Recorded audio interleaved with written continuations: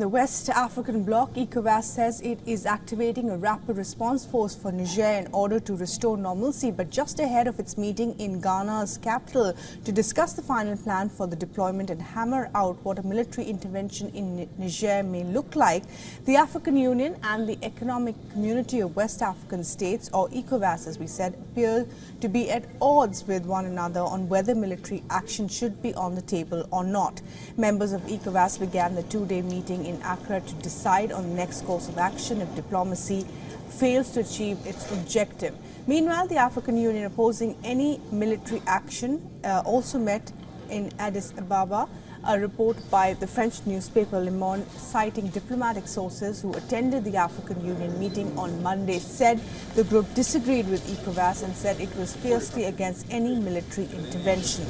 While Niger's junta says it is open to talks to resolve the situation, it is still detaining the deposed President Mohamed Bazoum. It has even said it will prosecute him for high treason.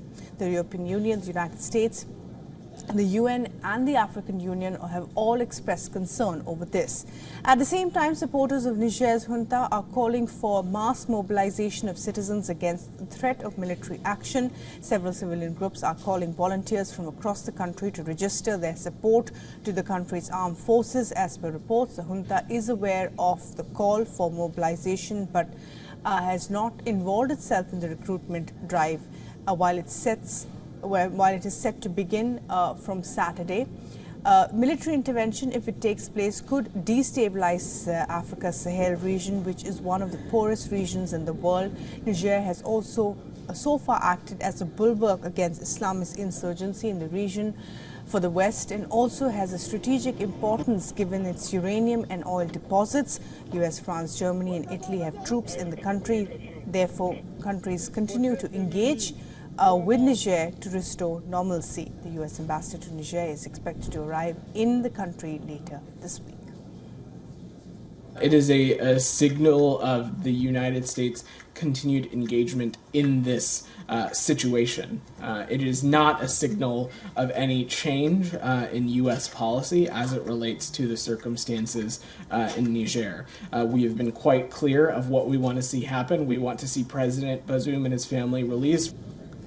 Right, and Nabil Ahmed Rufai is now joining us from Ghana for the very latest on the developments that are taking place in Niger. And Nabil, now there seems to be some disagreement between the African Union and ECOWAS on what are the next logical steps for action in Niger. Tell us a little bit more about that, even as ECOWAS says there is a standby force in place.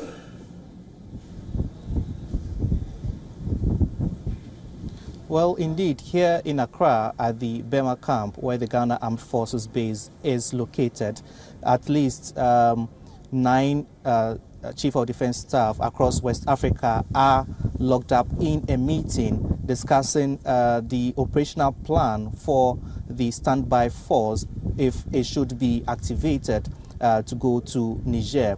Now, earlier when the opening ceremony was done, one of the members at this meeting, that's the Commissioner of Political Affairs and Peace and Security, that's Ambassador Abdel Fattah Musa, he actually talked tough in terms that indeed ECOWAS is ready to mobilize its troops to go to Niger to intervene in the situation over there and reinstate Mohamed Bazoum to power and also, go back to constitutional order. That is the clarion call. So this meeting is just to allow them plan in readiness for any signal from the leaders as to when they should go into Niger with the military intervention. But now they've also said that they are open for further negotiations with the junta leader. If he would meet them, they would want to also have a meeting with him to discuss how they would return the country to a civilian rule.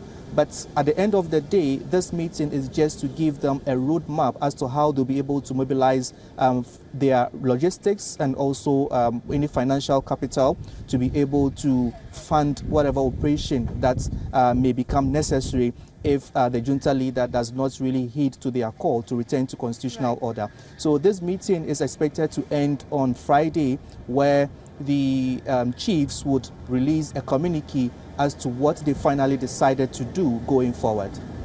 Right. Nabil, thanks very much indeed for joining us with the very latest there. Clearly that impasse continues on what the possible action is in Niger.